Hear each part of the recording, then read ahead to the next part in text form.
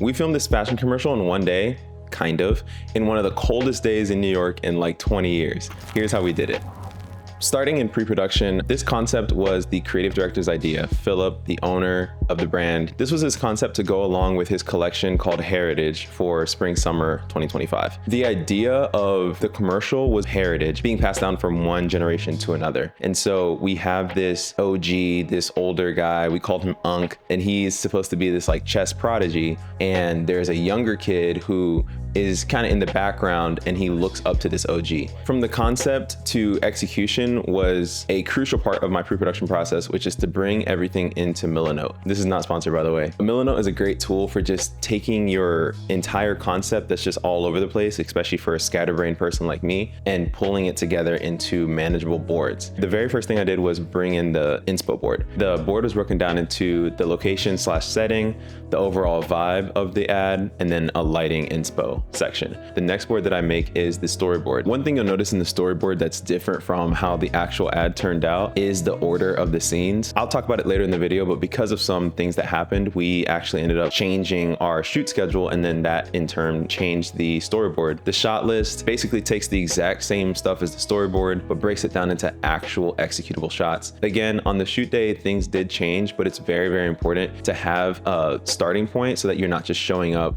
and just don't know what to do. Flexibility is important, but planning helps you be flexible. So the Milanote is super important because it helps client and myself be able to communicate ideas back and forth. It also is important because then you can communicate with the rest of your crew. Once we finalize the schedule, I then take all of that into StudioBinder. StudioBinder is where I make the official call sheet, where I put everybody's contact information in, all the addresses for all the locations, as well as any information that anyone might need for the actual day. StudioBinder, again, not sponsored, is a very important part of the process because it just helps streamline everything. Everything is in a nice visual format. You also get a text and email to your phone, and you're able to see this like visual PDF that tells you everything. There's clickable links. It's super useful for just getting everybody on the same page. A huge shout out I want to give to for pre-production is Jamela. Jamela was our producer and project manager, and she just did an amazing job of just doing all the little things that were necessary to bring, not even little things, honestly, the big things that were necessary to make this production come to life. I didn't really think through like permitting and shooting outdoors and all that kind of thing. And she was like, I'll look into it.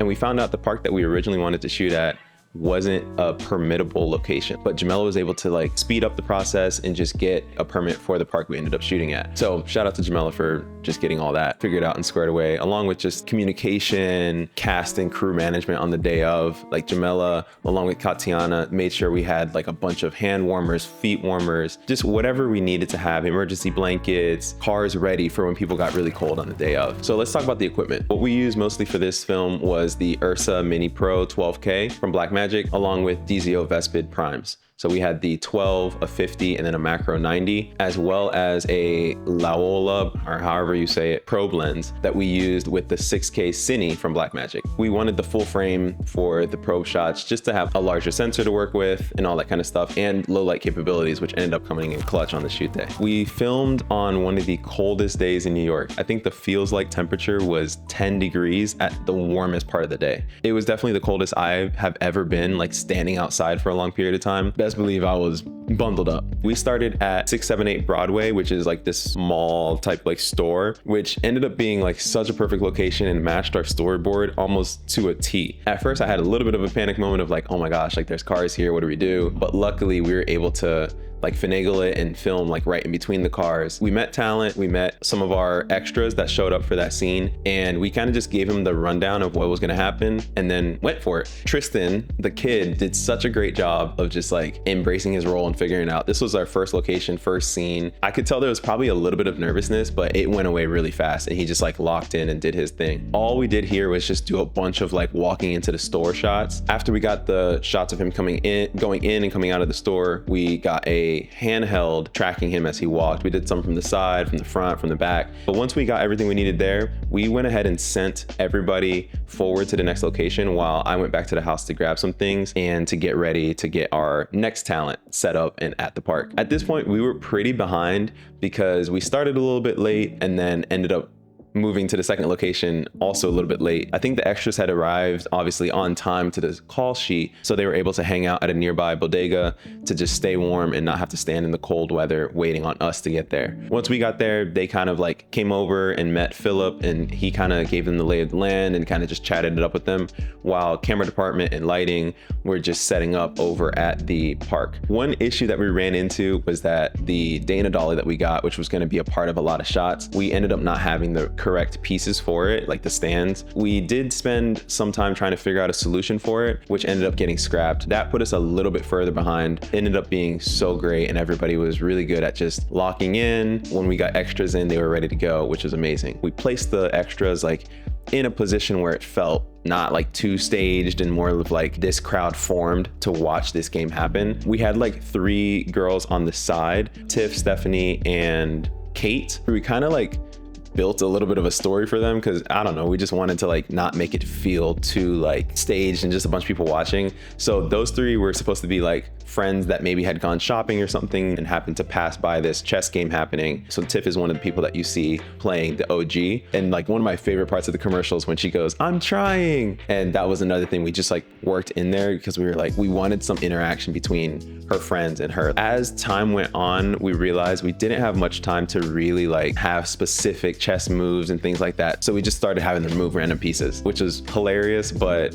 so much fun. We then moved to the probe lens, which we ended up using the makeshift Dolly solution that we had just to get some of the probe shots. We had lost a lot of light. I'd been told, but like it was my first time using a probe lens, and I realized they really are low light. So even on the 6K, we had to like bump up to 8,000 ISO or something crazy. And then we had 2 Asteras that lighting department brought in to just increase the light on the table. I wasn't sure they were gonna work at all because it was so grainy and just so dark. Wyeth, our editor, was able to work it in, and it looked really good. And with a little bit of like noise reduction and some grain added in, it kind of looked cool. We moved to a Vespid 50 and got POV shots directly from the OG's point of view as well as the other opponent's point of view. So once we had finished that coverage, we then reached another crisis point. The sun completely went away. Nighttime came a lot faster than I anticipated. We still had to get the scene of the old man talking to the young kid, and that was like stressful because we had planned to shoot it in the daytime. Our pivot was to just not use the URSA because it doesn't have dual native ISO. We didn't want to have to set up like an elaborate light setup at such a late time when we're already hours behind. We ended up having 2 Astera tubes as extra light. So Patrick stood behind the table, Juan stood like close to the camera sending light onto their faces, and there was a street lamp or something that was there. And what's crazy is I ended up loving how this turned out. We shot it on the 6K to get a little bit more out of the low light capability. Now, the major crisis that happened and why we ended up not filming this in just one day. Elena, our wardrobe stylist, asked us like, hey, we didn't ever switch the kid into his other outfit. And that's when we realized we never filmed the closing scene of the kid coming up to the table and having his turn at playing against the OG. It was already nighttime. We couldn't grab that scene. And the OG had a flight at 6 a.m. So we could not get both of them back to get this scene, which is crazy. So we ended up doing a shot on the 50 of the POV of the OG and the kid sitting in. Wasn't the greatest thing that happened, obviously, but things like this happen and you have to be able to pivot and be flexible. Big shout out to Kiana, Philip, Jamela. We had like a little huddle where we figured out what we were gonna do, and I think the plan that we executed turned out pretty cool for what had happened. After we finished that night scene, we wrapped, we tore down, we moved on to the house. Karen, our set designer, had already been there while we were doing everything else, and so she was done. Huge shout out to her. It looked absolutely amazing. Like literally from what we had planned and the calls that we had talking about set design, she executed it perfectly. Not too crazy of a lighting setup. It was like a B7C, an Astera tube, and an F22. Shout out to Juan and Pat for setting up what was, to me, one of the coolest scenes, and it really didn't take too much to make it happen. We ended up not wrapping too much later than our original wrap time, so we did end up catching up. The crew kind of took a rolling lunch, rolled right into the bedroom scene, and did it like, we did the bedroom scene very fast. I think we shot in like 30 minutes and got all that we needed and then just moved on. All we did was we shot a wide on sticks. I think it was like an 8-minute take of us just telling him like, move over here, do this, read this book, lay down, get up, go over here, sit here. After we did that, we swapped over to the 50 and just did some like close-up stuff. I set up the 6K Cine on a gimbal with a macro 90.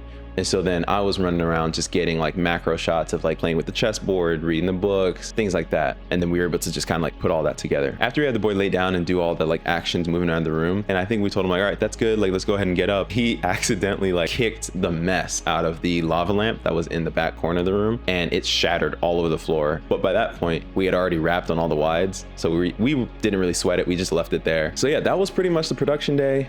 It was all in all under a 12-hour day. I believe it was like 10 to 11 hours, something like that. We've had worse. I was happy with how everything turned out. That was the most extras that I've personally worked with on a project. I loved just the number of people we had in it and the way that they just all bought into it despite it being freezing cold. Huge shout out to them, and super happy with how it turned out. In post, we had a very, very tight turnaround. We shot it like 1 week and it turnaround was due the following week. I had no capacity to get this done. Plus I wanted the footage and the edit to turn out better than what I think I'm capable of. So I passed it on to my friend Wyeth.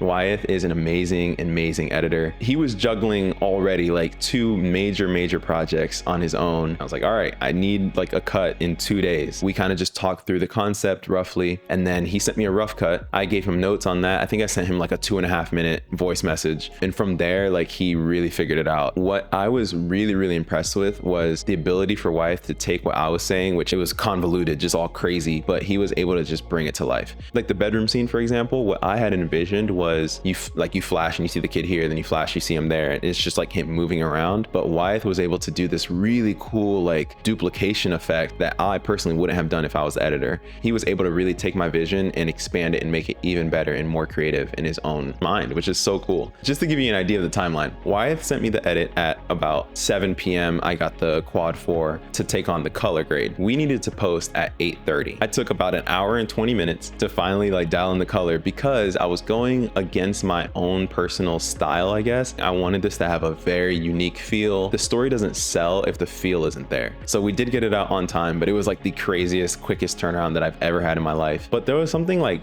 exhilarating about it. It's probably my ADHD. But yeah, I was super happy with how the colors turned out. It's nothing too crazy. I won't break it down into too much detail, but I convert the footage from log to Rec 709 using buttery LUTs and then make my adjustments and tweaks. Then I have like 3 nodes of dehancer, and then those nodes are where I really brought in the film look. I use one node to apply dehancer, and then I applied 1 film stock on that one. Then on the second one, I applied another film stock, I believe, at like a much lower output. Then on the 3rd node, I have halation and bloom, which I play around with the output of that on that node. And then on the 4th one, I believe, is where I had film grain, which was also super important for this. I then add sharpening to the shots just so that they look good. So I sharpened the edges. I selected all the clips that we had used and applied like noise reduction to the clips that needed noise reduction. This is probably the happiest I've been with how something turned out that I colored. This piece is something that I'm very proud of. It's always so much fun to work with SELAH. Philip is my best friend, so it's always cool to kind of elevate and take our projects to the next level. So this one really felt like we took a step up from what we've been doing to just telling a cool story in a very cool way while promoting the brand and the clothing and things like that. So very happy with the response it's gotten. Thank you for all the love, and I just cannot wait for the next one. We're gonna take it up another notch. Any other specifics you want me to get into, let me know. If you want like a more detailed color grade breakdown with like the actual, like showing you the nodes and all the stuff, I can definitely do that. I might do that. But literally any questions you have, let me know. Thanks for the love. See you on the next one. Peace. Woo!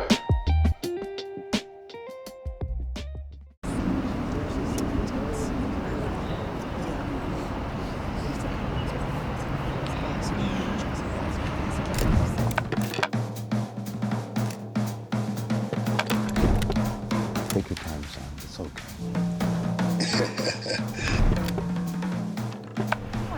Right there. I'm trying.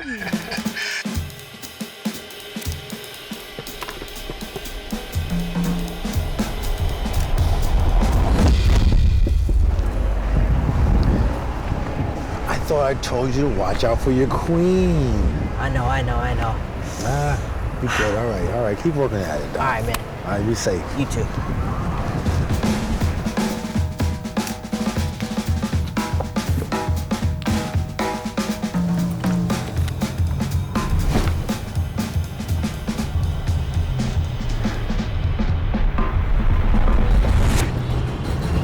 Yo, how you been, man?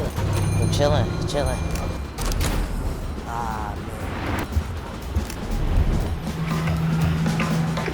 my turn now.